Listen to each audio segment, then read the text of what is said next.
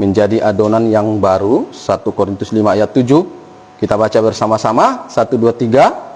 Buanglah ragi yang lama itu, supaya kamu menjadi adonan yang baru, sebab kamu memang tidak beragi. Sebab anak domba Paskah kita juga telah disembelih, yaitu Kristus. Haleluya. Ya. Nah, adonan yang dimaksud di sini adalah manusia, yaitu saudara dan saya. Ini kata perumpamaan. Jadi dalam kebenaran firman Tuhan ini, ya, Rasul Paulus mengumpamakan kita sebagai adonan. Ya, haleluya. Jadi adonan yang dimaksud di sini adalah manusia, yaitu saudara dan saya. Jadi menjadi adonan yang baru, maksudnya di sini adalah menjadi manusia baru. Ya, menjadi manusia baru. Ya, jadi Tuhan menginginkan kita menjadi manusia baru, tidak lagi yang lama. Ya, yang lama sudah berlalu, yang baru sudah datang. Nah, menjadi manusia baru yang bagaimana? Yang dimaksud di sini yaitu yang tidak beragi. Ya, yang tidak beragi. Yang tidak beragi maksudnya yaitu yang tidak berdosa, yang tidak lagi melakukan dosa, yang tidak lagi berperilaku dosa, tidak lagi melakukan perbuatan-perbuatan kotor, perbuatan-perbuatan najis. Itu yang dimaksud di sini ragi. Ya.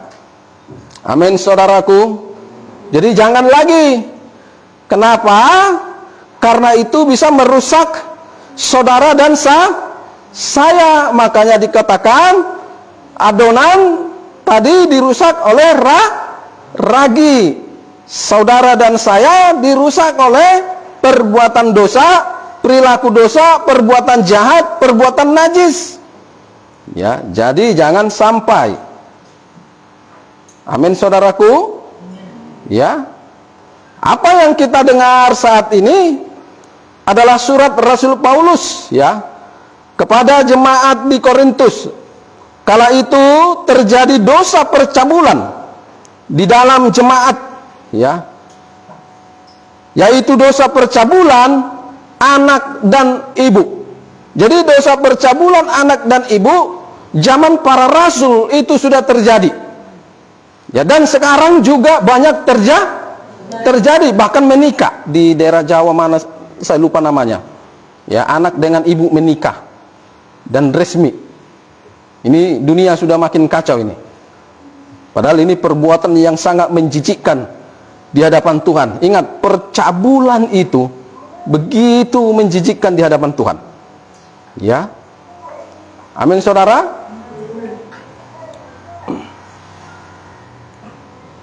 Mari kita baca ayat satunya.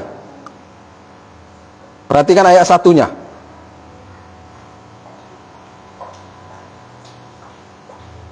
Ya, dikatakan di situ di ayat satunya tadi, ayat 1 Korintus 5 pasal 5 tadi dikatakan, memang orang mendengar bahwa ada percabulan di antara kamu, dan percabulan yang begitu rupa seperti yang tidak dapat terdapat sekalipun di antara bangsa-bangsa yang tidak mengenal Allah, yaitu bahwa ada orang yang hidup dengan istri ayahnya, berarti ibunya, ada anak yang kawin dengan ibunya pada saat itu di tengah-tengah jemaat. Ini sudah jemaat, sudah orang percaya, ya, terjadi di Korintus, sudah jadi Kristen dia, ya, tapi terjadi percabulan antara anak dengan ibu, terjadi perselingkuhan antara anak dengan ibu.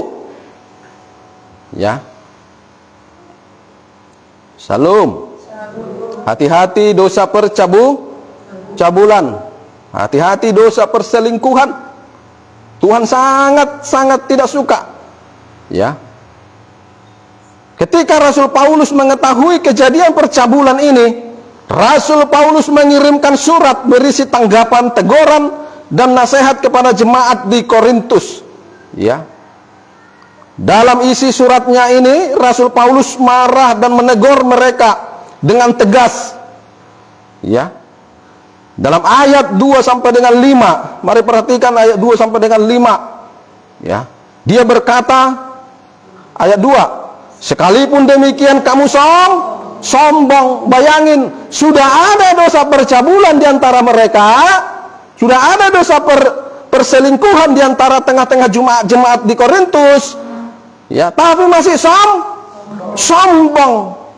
Hati-hati, sudah melakukan dosa tapi masih sombong. Hati-hati. Sombong dalam dosa. Sombong dalam kebenaran saja tidak boleh, apalagi sombong dalam dosa. Bahaya. Selanjutnya dikatakan di ayat 2 itu, tidakkah lebih patut kamu berduka cita dan menjauhkan orang yang melakukan hal itu dari tengah-tengah kamu? Rasul Paulus bilang, kenapa ini orang gak kalian jauhkan? Ya, kenapa mereka gak kalian singkirkan?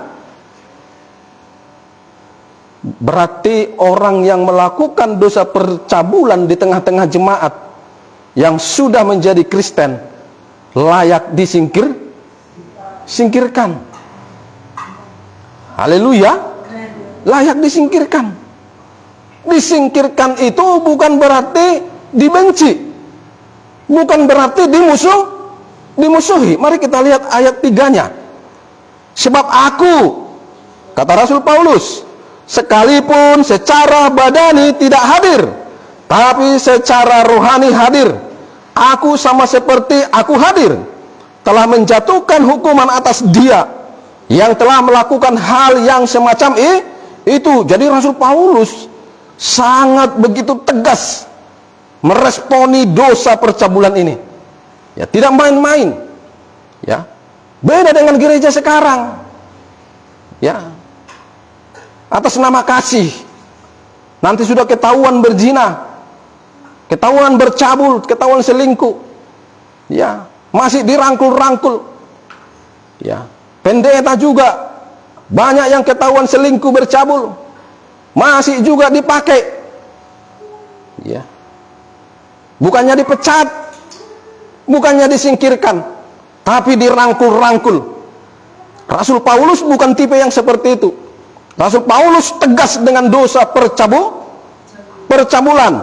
Di ayat 4 dia mengatakan, bila mana kita berkumpul dalam roh, kamu bersama-sama dengan aku, dengan kuasa Yesus Tuhan kita. Ayat 5, orang itu harus kita serahkan dalam nama Tuhan Yesus kepada iblis, sehingga binasa tubuhnya, agar rohnya diselamatkan pada hari itu Tuhan. Tujuan daripada ketegasan daripada Rasul Paulus bukan untuk menyakiti, bukan untuk melukai, tapi untuk menyelamatkan rohnya.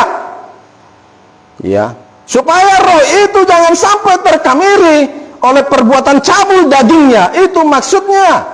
Jadi perlu yang namanya ketegasan. Ketegasan bukan berarti itu bentuk dari sebuah kebencian. Kadang-kadang orang merasa ketika melihat pendeta tegas, dianggap pendeta itu si pembenci. Padahal bukan. Memang sekilas ketegasan itu seperti sebuah kebencian. Sekilas kalau kita meresponinya dengan daging. Ya.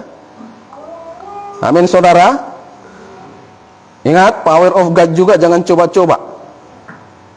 Ya. Saya akan tindak dengan tegas. Dosa apapun, nggak usah juga bicara percabulan, dosa perdukunan juga, dosa penyembahan berhala. Kalau saudara, saya tahu saudara menyembah berhala, masih suka ke kuburan, ya, maaf, lebih baik jangan di power of God, karena itu akan mengkamiri jemaat yang lain. Itu maksud tujuan ketegasan Rasul Paulus.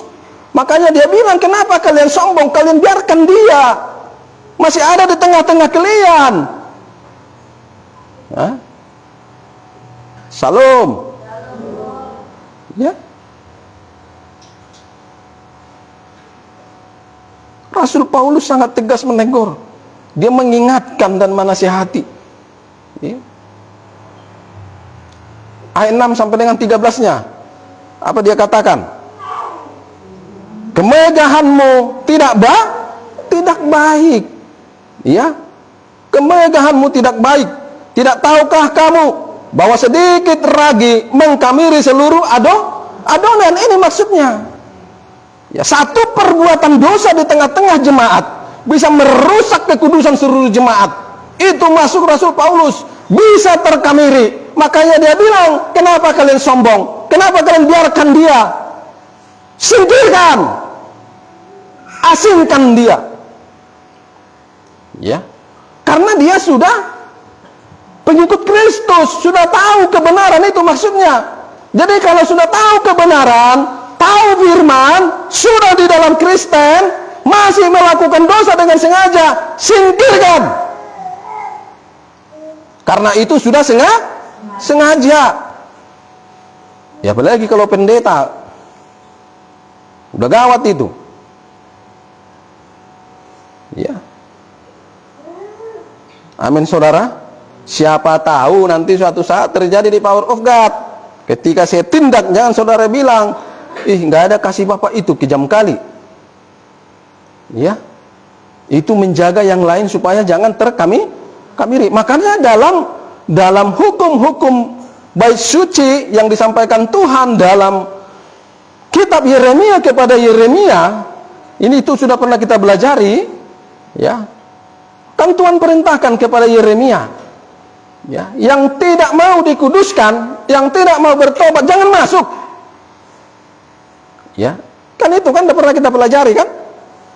Ya. Jadi ada maksud Tuhan di situ. Ya kalau memang nggak mau bertobat, ngapain disatukan? Nanti mengkamiri yang lain. Ya. Haleluya. Sama misalnya begini, dosa gosip. Ya makanya kalau ada satu penggosip di tengah-tengah jemaat, maka kacau gereja itu. Dan itu kita alami beberapa tahun yang lalu, terus dari awal perintisan. Puji Tuhan berapa tahun ini sudah putus. Ya, karena gosip dulu kami hancur berapa kali. Gereja rusak. Ya. Mulai dari awal perintisan, pertama kali perintisan kami di Pagar Jati, beberapa keluarga harus keluar. Rupanya setelah saya selidiki, saya jumpai satu orang. Apa penyebabnya? Rupanya mereka datang berkumpul, ya, bergosip menjelek-jelekkan. Akhirnya dampak daripada gosip itu, apa yang terjadi? Terjadi pemberontakan. Jadi bahaya, ya. Kalau masih ada jemaat yang beragi, makanya jangan jadi jemaat yang beragi. Nanti adonan yang lain rusak. Ya. Jadilah jemaat yang tidak beragi.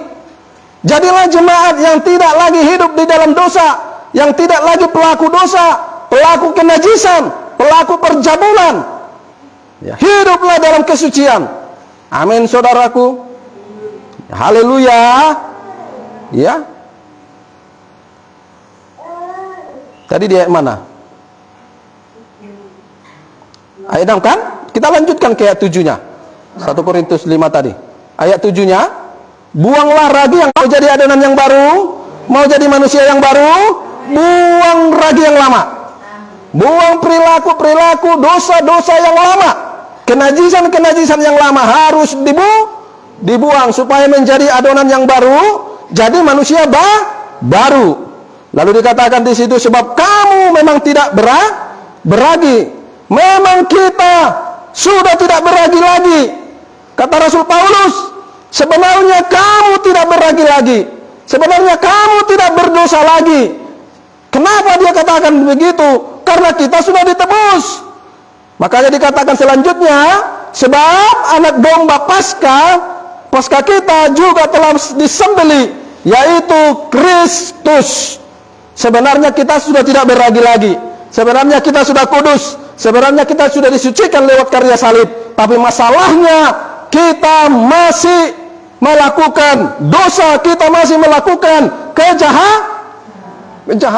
Itu masalahnya. Akhirnya kita kembali beragi. Nangkap kira-kira? Ya.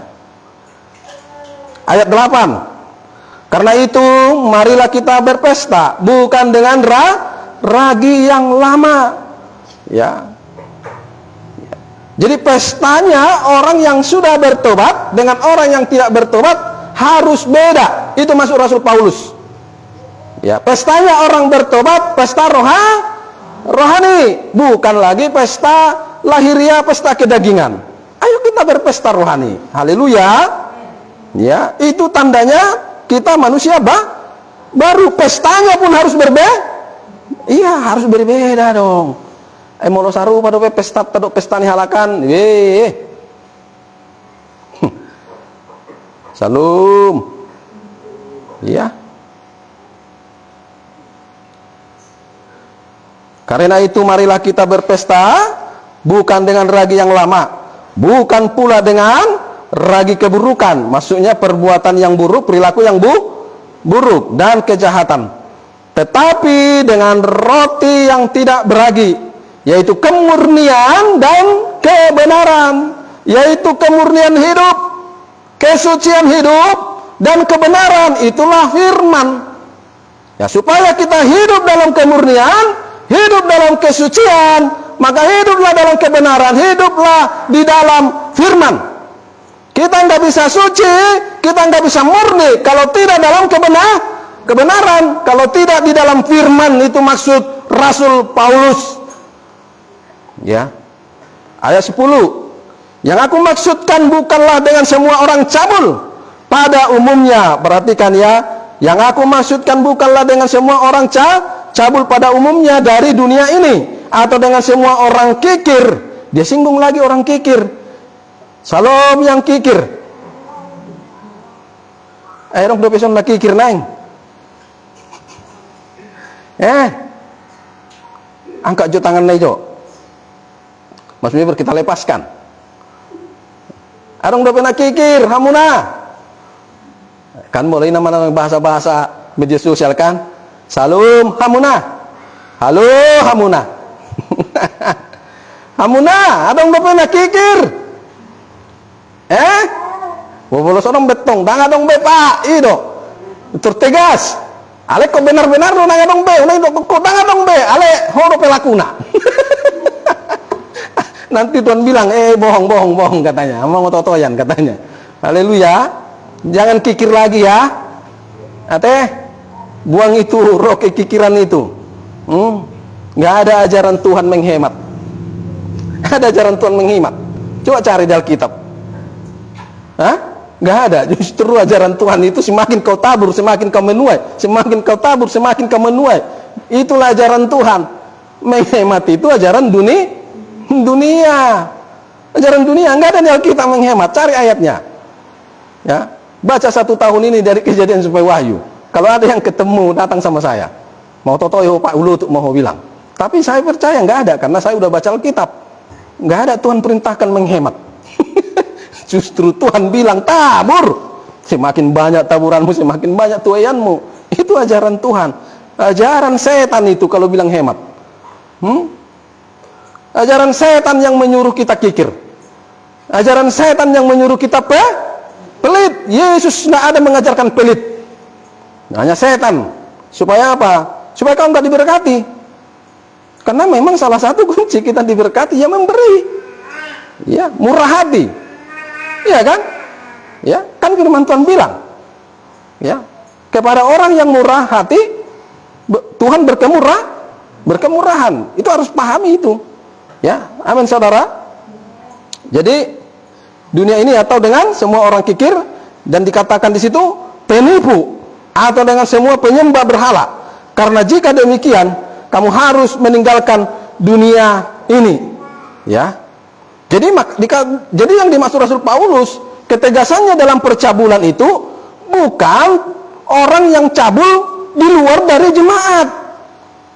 Dia bicara tentang orang yang cabul, sudah di tengah-tengah jemaat, sudah jadi Kristen. Jadi perlu yang namanya ketegasan, tindakan tegas. Sudah tahu kebenaran kok melakukan dosa, kira-kira begitu Rasul Paulus. Ya, ayat 11. Tetapi yang kutuliskan kepada kamu ialah supaya kamu jangan bergaul, perhatikan. Saya ulangi lagi ayat 11 ini. Tetapi yang kutuliskan kepada kamu ialah supaya kamu jangan bergaul dengan orang yang sekalipun menyebut dirinya saudara adalah orang cabul, kikir, penyembah berhala, pemfitnah, pemabuk, atau penipu. Dengan orang yang demikian, janganlah kamu sekali-kali makan bersama-sama. Artinya jangan bergaul dengan orang-orang yang seperti ini. Ya, jangan bergaul dengan orang cabul. Jangan bergaul dengan penjina. Jangan bergaul dengan orang kikir, orang pelit, syolek mangging. Jangan bergaul dengan penyembah berhala. Jangan bergaul dengan pemfitnah. Jangan bergaul dengan pemabuk atau penipu. Ya. Karena kenapa? Kalau saudara bergaul, lama-lama saudara akan ikut perilakunya. Saudara bergaul dengan tukang cabul, ya, tukang penjina, lama-lama saudara jadi penjina.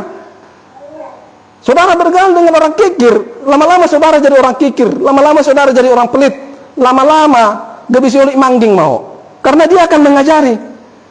Eneweko persembahanmu begitu gereja, ido.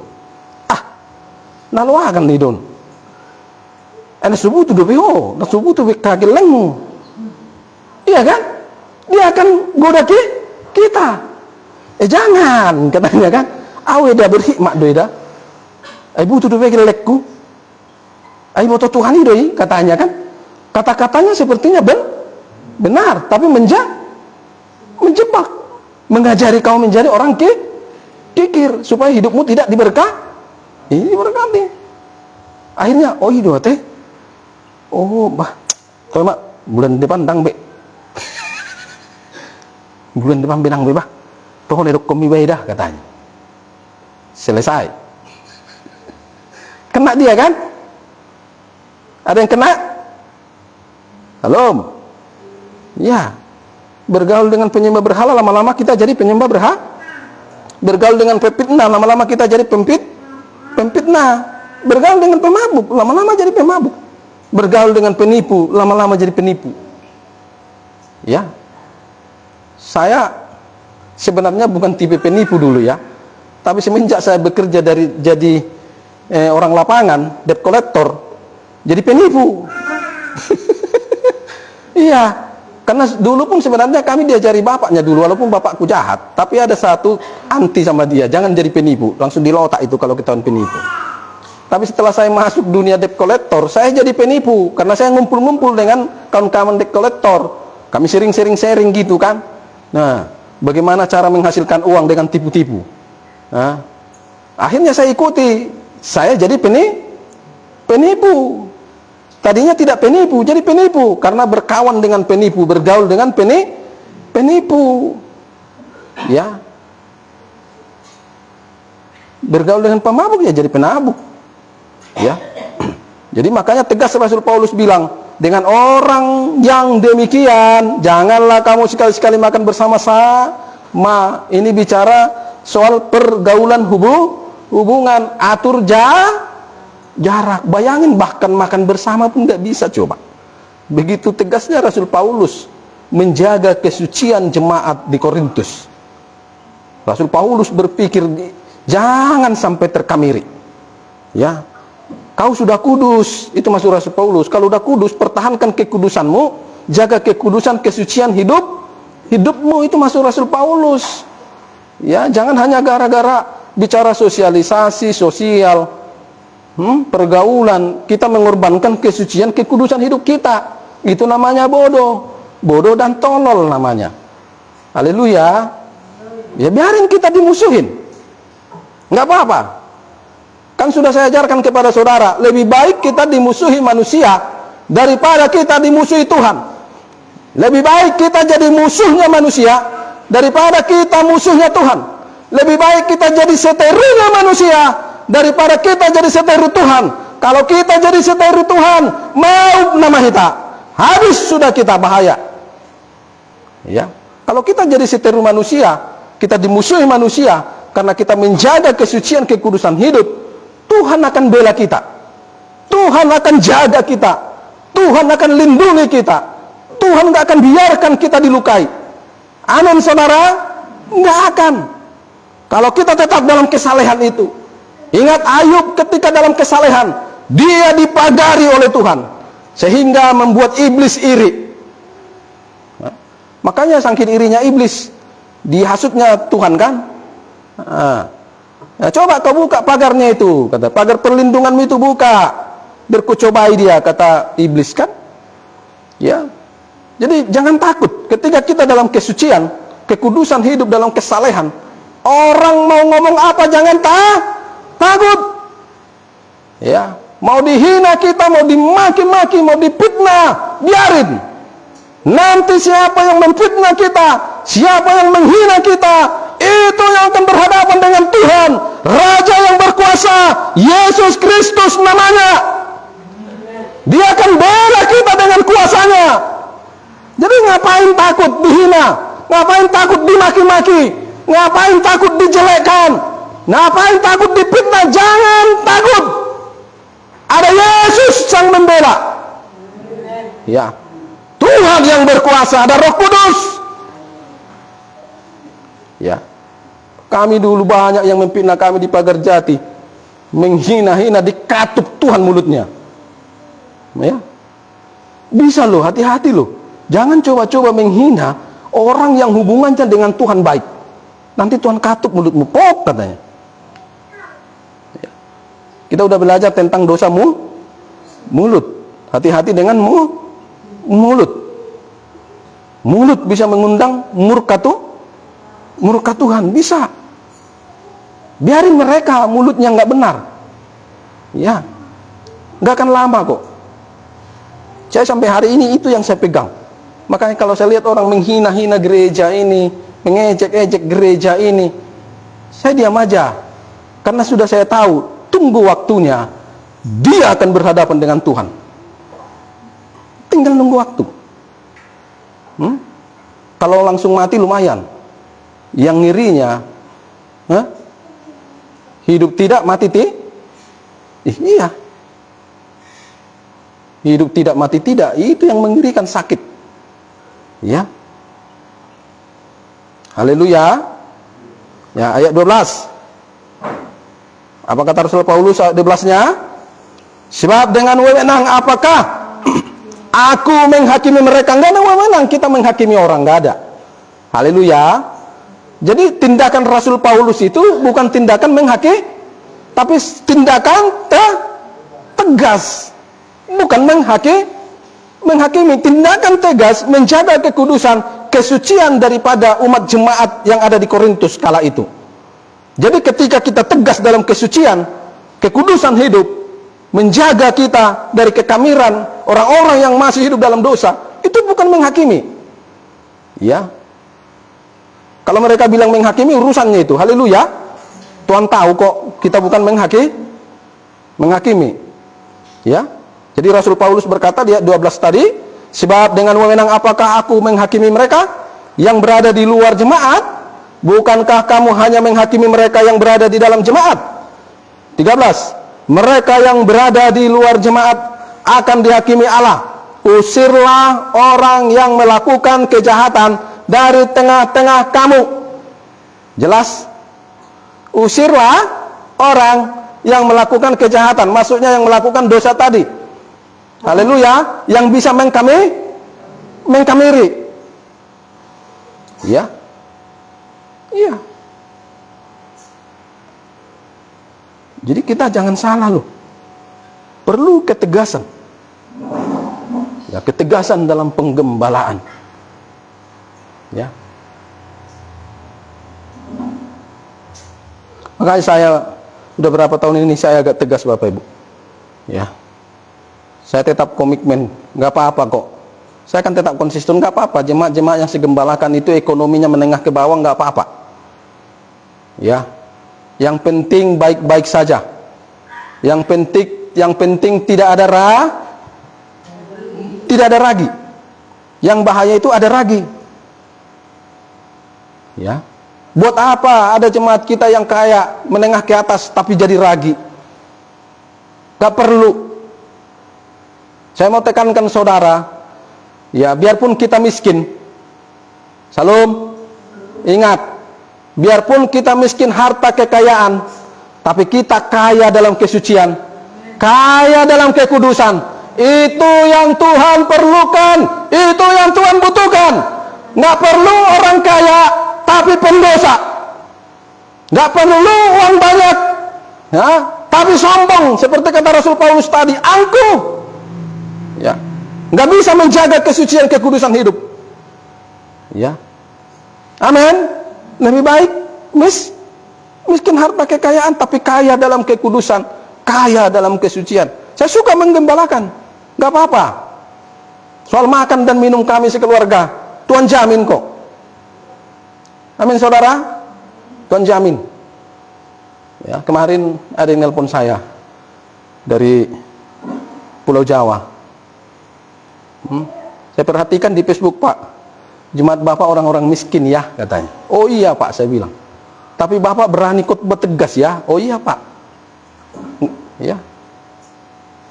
Jarang Pak, katanya. Kalau orang lain takut nanti itu, katanya. Oh saya nggak takut. Saya bilang, kami dipelihara Tuhan Pak. Ya.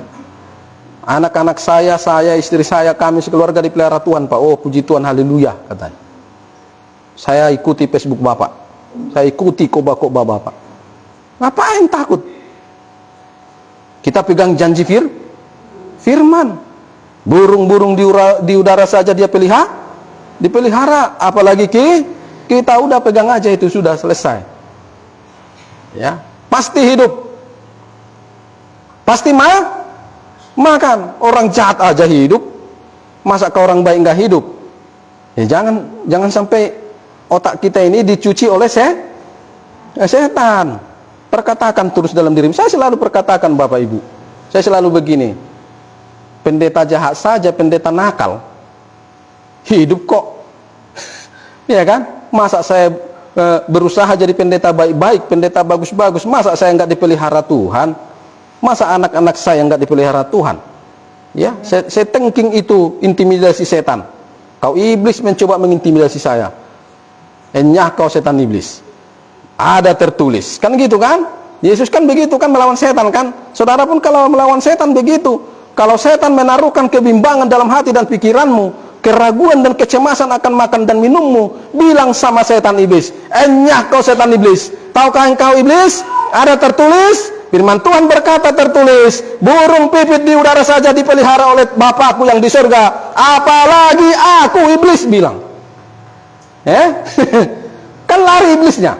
Waktu Yesus berkata seperti itu ada tertulis, pergi nggak iblisnya? Pergi dia, langsung menjulur dia. Oh tahu dia, pigil aku, katanya, pergi dia. Tapi kalau kau responi intimidasi, kecemasan, keraguan, kebimbangan itu, iblis makin bertahan. Berhasil katanya kan, berhasil kita membuat dia bimbang, berhasil kita membuat dia cemas, berhasil kita membuat dia ragu. Keren katanya. Salam, haleluya. Ya. Jadi mari kita jauhkan diri kita dari dosa dan orang-orang yang berlaku dosa, yang orang-orang yang tidak mau bertobat, yang nyaman dalam dosa. Mari kita jauhkan diri kita. Kita baca lagi 1 Korintus 6 ayat 18. 1 Korintus 6 ayat 18. Ya, kata Rasul Paulus di sini, jauhkanlah dirimu dari percabulan. Setiap dosa lain yang dilakukan manusia terjadi di luar dirinya, tapi orang yang melakukan percabulan berdosa terhadap dirinya sendiri. Makanya jauhi dosa itu. Ya, dijauhi. Jangan bergaul. Amin. Ya. Makanya kita harus mengikatkan diri kita dengan Tuhan. Ya. Jangan ikatkan diri kita ini dengan dosa. Jangan ikatkan diri kita ini dengan roh jahat. Supaya kita jangan menjadi orang yang jahat. Ya, ayat 17. Ayat 17-nya. 1 Korintus 6 tadi. Dikatakan di situ, tetapi siapa yang mengikatkan dirinya pada Tuhan menjadi satu roh dengan Tuhan. Jelas ya? Rasul Paulus berkata kepada jemaat Tuhan di Korintus, tetapi siapa yang mengikatkan dirinya pada Tuhan menjadi satu roh dengan Dia, menjadi satu roh dengan Tuhan. Ya. Supaya kita satu roh dengan Dia, satu roh dengan Tuhan, maka kita ikatkan diri kita dengan Tuhan. Melekatlah dengan Tuhan. Ya, melekat dengan Tuhan. Ya. Amin, saudara. Ya. Kalau kita sudah terikat dengan Tuhan, menjadi satu roh dengan Tuhan, maka tidak mungkin roh lain, maka tidak mungkin roh percabulan, ya, roh-roh kekikiran, roh-roh penyembahan berhala dan sebagainya bisa masuk mengikat saudara dan saya. Nggak mungkin. Nggak mungkin lagi, karena kita sudah terikat secara roh dengan Tuhan. Kita sudah terikat secara spiritual dengan Tuhan. Ya, maka terikatlah secara roh dengan Tuhan. Ya. Melekat secara spiritual dengan Tuhan. Supaya aman dari dosa. Amin, saudaraku. Haleluya. Ya. Rasul Paulus bilang, ingat. Dan saya juga sampaikan kepada saudara, ingat. Tubuh kita ini baiknya Tuhan, tempat kediaman roh Tuhan, gak bisa dikotorin, ya, gak bisa dinajiskan, gak bisa dikamiri, ya, bait suci gak bisa dikamiri. 1 Korintus 6 ayat 19 sampai dengan 20. 1 Korintus 6 ayat 19 sampai dengan 20 dikatakan di sini ayat 19. Atau tidak tahukah kamu bahwa tubuhmu adalah bait Roh Kudus yang diam di dalam kamu, Roh Kudus yang kamu peroleh dari Allah, dan bahwa kamu bukan milik kamu sendiri. Ya, kita ini bukan milik kita. Tubuhmu bukan milikmu. Ya, tubuh kita ini milik Tuhan. Jadi nggak bisa semena-mena. Nggak bisa sesuka hati kita dengan tubuh kita. Ada pemiliknya. Siapa pemiliknya? Tuhan. Makanya harus dijaga, dirawat dengan benar. Jangan sampai najis, jangan sampai kotor oleh dosa-dosa. Amin, saudara. Ayat 20, sebab kamu telah dibeli dan harganya telah lunas dibayar. Karena itu muliakanlah Allah dengan tubuhmu. Kita menjadi milik Tuhan. Kenapa? Karena sudah dibayar lunas, ya, lewat karya salib. Jadi kita milik Tuhan sepenuhnya. Tubuh kita ini kepunyaan Allah sepenuhnya. Jangan dikotori, ya, jangan dikamiri. Jaga kesuciannya, jaga kekudusannya, ya. Amin, saudara. Haleluya. Ya, kita harus punya prinsip. Saudara harus punya prinsip bahwa kesucian, kekudusan itu harga mati. Jangan yang menjadi dosa harga mati. Itu bodoh. Harus kesucian, kekudusan yang harga mati. Harus, Bapak Ibu. Ya. Harus. Ya. Haleluya. Biar kita tetap terus menjadi adonan yang baru, menjadi manusia baru kita terus sampai Yesus datang yang kedua kali, sampai sang mempelai surga itu datang menjemput kita, sang mempelainya yang tetap dalam kesucian, kekudusan. Kita akan dipersandingkan kelak dengan Dia. Amin. Menjadi mempelai surga. Haleluya.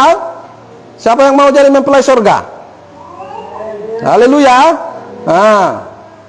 Semua mau. Jangan mau jadi mempelai neraka. Ya? Kalau mempelai neraka berarti dipersandingkan dengan Setan nanti mempelai setan di neraka.